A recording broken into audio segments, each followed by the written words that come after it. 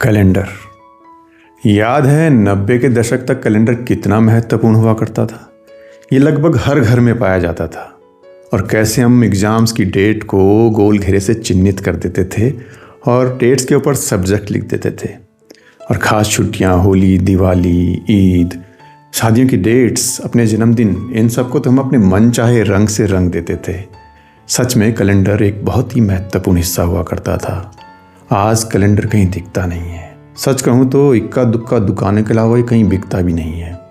ये तो बस थमा दिया जाता है हमको एज ए गिफ्ट, जो पड़ा रहता है रोल बनकर किसी कोने पर, या टंगा रहता है जनवरी के महीने ही किसी दीवार पर।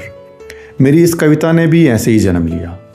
मैं अपने घर के बिस्तर पर लेटा हुआ था और सामने कैलेंडर को देख रहा था कि कैलेंडर के ऊपर मैंने एक तस्वीर लगा रखी है।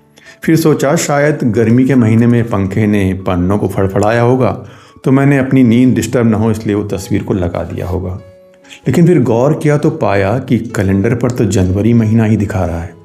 इसका मतलब किसी गुजरे साल मैंने वो तस्वीर गर्मियों के महीने में लगाई होगी और तब से ये प्रचलन बन गया। ये चलन बन गया कि जब भी कैलेंडर आए वो जनवरी के महीने में लगे और मैं वो तस्वीर को उसके ऊपर लगाता रहूं।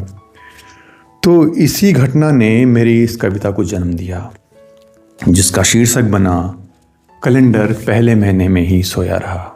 तो लीजिए प्रस्तुत करता हूँ आपके सामने कैलेंडर पहले महीने में ही सोया रहा। मैं मोबाइल पर इतना खोया रहा, कैलेंडर पहले महीने में ही सोया रहा। मैं मोबाइल पर इतना खोया रहा, कैलेंडर पहले महीने में ही सोया रहा। सर्दियाँ बीती दिन गर्म होता रहा। सर्दियाँ बीती दिन गर्म होता रहा, फिर पंखा चला कैलेंडर उड़ता रहा। सर्दियाँ बीती दिन गर्म होता रहा, फिर पंखा चला कैलेंडर उड़ता रहा। फिर इसी कैलेंडर ने मेरी रातों की नींदें उड़ाई। फड़फड़ाहट रोकने को फिर मैंने एक तरकीब लगाई। उसी कील के ऊपर मैंने एक तस्वीर लगाई। फड़फड़ाहट रोकने को मैंने एक तरकीब लगाई, उसी कील के ऊपर मैंने एक तस्वीर लगाई। फिर जनवरी कहाँ गई किसी को समझ ना आई।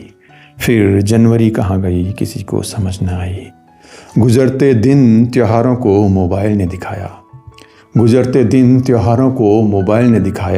देखते ही देखते एक और नया साल आया। और देखो कोई जनाब फिर से नया कैलेंडर दे गया। नए साल की जवाबदारी का रिमाइंडर दे गया। पुराने कैलेंडर के ऊपर से मैंने फिर से तस्वीर हटाई, क्योंकि एक और जनवरी फिर से दफन होने को आई। और फिर मैं फिर से मोबाइल में खोया रहा। कैलेंडर पहले महीने में ही सोया रहा। धन्यवाद। आशा करता हूँ ये कविता आपको पसंद आई होगी। आप अपनी तालियों की गड़गड़ाहट को अगर पहुँचाना चाहते हैं तो इस कविता को लाइक कीजिए, शेयर कीजिए। चैनल को अगर आप फेसबुक या इंस्टाग्राम पर देख रहे हैं तो इसको फॉलो कीजिए। अगर यूट्यूब पर देख रहे हैं तो सब्सक्राइब कीजिए और अपने दिल की बात कमेंट में लिखना बिल्कुल ना भूलिएगा। मैं आपके लिए कविताएं लिखता रहूँगा। आपका मित्र डॉक्टर दीपक ध्यानी विदा लेता है। धन्यवाद, प्रणाम।